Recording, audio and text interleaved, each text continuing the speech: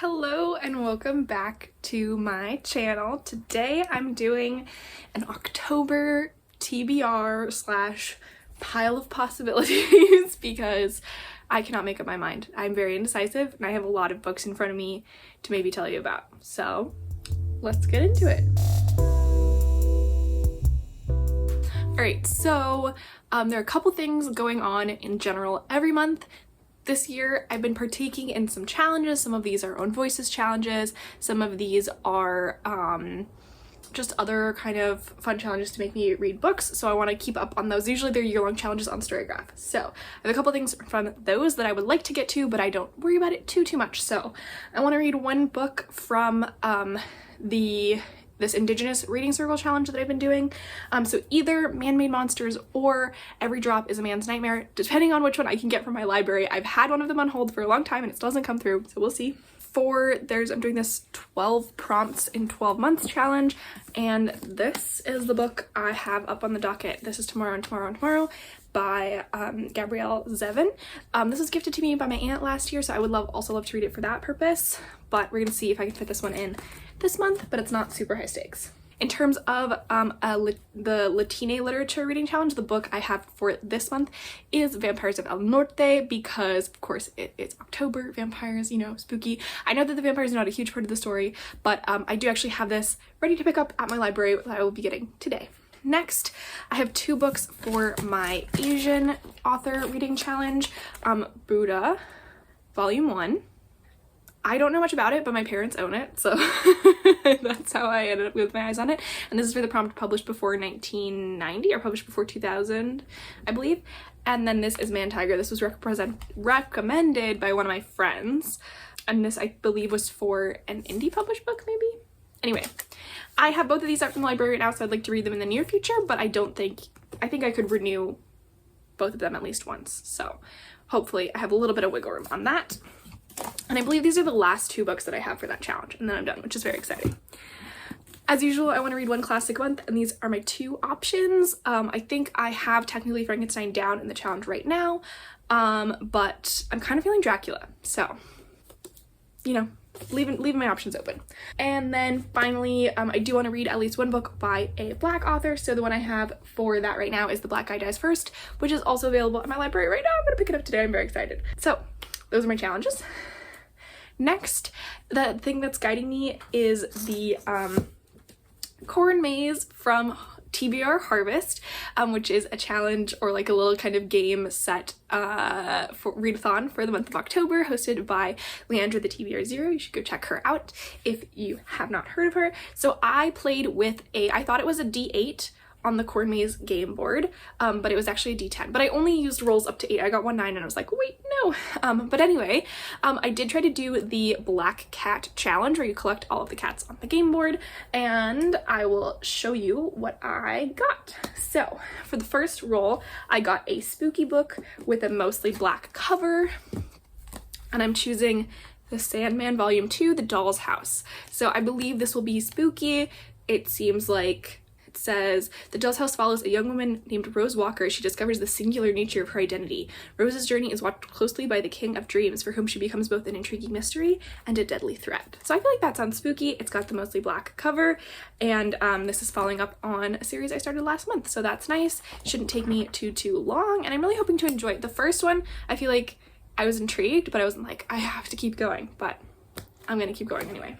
The next roll I got Cat in Book and C, A, and T in the title. And this I had actually preemptively put on my library holds list because it had a cat in it. And this is the Kamigawa Food Detectives, which does have cat in the title and obviously the cat on the cover, and there is a cat in the book. I looked up just to double check. It's not just on the cover. This just seems really sweet. I didn't know anything about it before I put it on to read. I got recommended it by TBR Harvest people, but it seems sweet. It's like a father-daughter duo that try to recreate dishes from people's memories. It just seems like one of those kind of cozy contemporary food-based books. So I'm excited about that, and it's also not too long. Next, for my third role, I got an autumnal cover. I'm really hoping that I can get Pumpkinheads from the library this month and read that by Rainbow Rowell. I saw Stephanie Bookish read this to get in the fall mood last year, and it looked like a lot of fun. So I put it on my list, but I've had it on hold at the library for a while and it still hasn't come. The loan for the previous person is up, like it's overdue for them, so I'm really hoping at some point in the next month that will come through and I can read that. For my next role, I got Witchy Vibes and A Cat on the Cover, which is perfect because I had this book already out from the library. I've had it out for like 2 months and I still haven't read it. This is In the Company of Witches by Arlie Wallace, and it has a cat on it. And this is like a cute, I think it's like a kind of a cozy mystery B&B type of thing. I don't really want to know that much about it, but I think it'll be fun, and it's like this, I don't know, it's kind of fun. I feel like a mass market paperback is always kind of fun. So this I will probably be trying to read first because it's due back to the library in like 3 days. So yeah, and then finally, the last role I didn't need to pick a prompt for this, but the last prompt on the board is Trick or Treat, which is another one of the games that you can play for this month. And so that is basically just pick a prompt from the Trick or Treat board. And so I picked Cozy.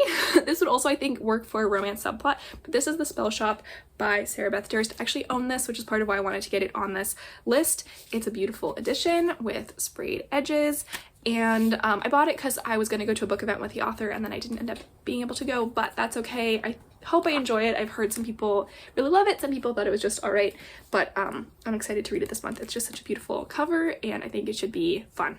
So those are the 5 books that I have for the Corn Maze, and then don't fear, I have a lot more hopefuls. So a couple audiobooks I have just already checked out. I have The God of the Woods, which I was, I guess, hoping to read a little bit earlier. It's very summery, but I think it should be good. It's a new release that I've heard a lot of buzz about, a thriller. A girl goes missing at a summer camp. I've already started that about 30 minutes. I also have A Fragile Enchantment on Libby, which I'm really excited about. It's like kind of a fantasy, romancy, historical, I don't know. My friend said it was really good. It was like her favorite fantasy romance type of thing in a really long time, so I'm excited about that. And then I also do have the audiobook for Birds Without Wings, which is a book I've been reading since June, and I've been making very little progress, but I just got the audiobook, so I'm switching to audiobook. I don't love it, but hopefully I can just listen to it in little chunks here and there and get through it more. I had to return the physical book back to the library because I had renewed it too many times. So I have a couple rereads I'd really like to do this month. One of them is Who Could That Be at This Hour, which is by Lemony Snicket.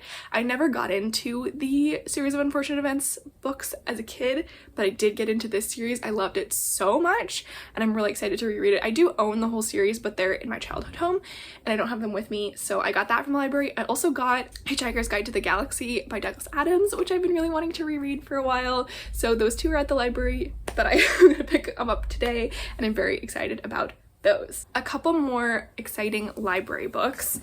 I have Going Postal by Terry Pratchett. I just wanted to read another Discworld book, so I picked this up and I am hoping to get to it at some point before too long.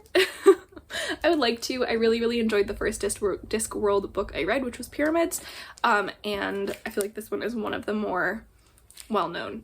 I really like the contrast between like fantasy world and very ordinary things, or very, I don't know, just like things that don't make sense. So I feel like the Postal Service is kind of fun. I got The Road to Roswell from the library. This was a Leandra recommendation, so I feel like I want to prioritize it this month. It also seems like a lot of fun. It's like kind of road trippy, kind of alien abduction-y, and a little bit of romance. I've heard part alien abduction adventure, part road trip saga, part romantic comedy is in the description. So that sounds like a lot of fun, and Leandra really liked it, so I would love to get to that. And then new exciting release, Voyage of the Damned. I just got through from the library, which I was not expecting, but I also just told Leandra to read this and she did really like it and she made me want to read it even more. I put it on my list originally because it was part of the whole 1-star review scammy thing with the Kate Crane, I think, the author, and also this is such a beautiful cover. It seems really, it's like murder mystery fantasy boat. Hell yeah. So that pairs nicely with my other new release I need to read that I still haven't read, Celestial Monsters. I have a couple other books that have just been hanging around for a while that I want to read. Wild Beauty was my Latine reads pick for last month that I didn't quite get to. Much Ado About Nada is a rom-com contemporary romance set in Toronto, which sounds fun.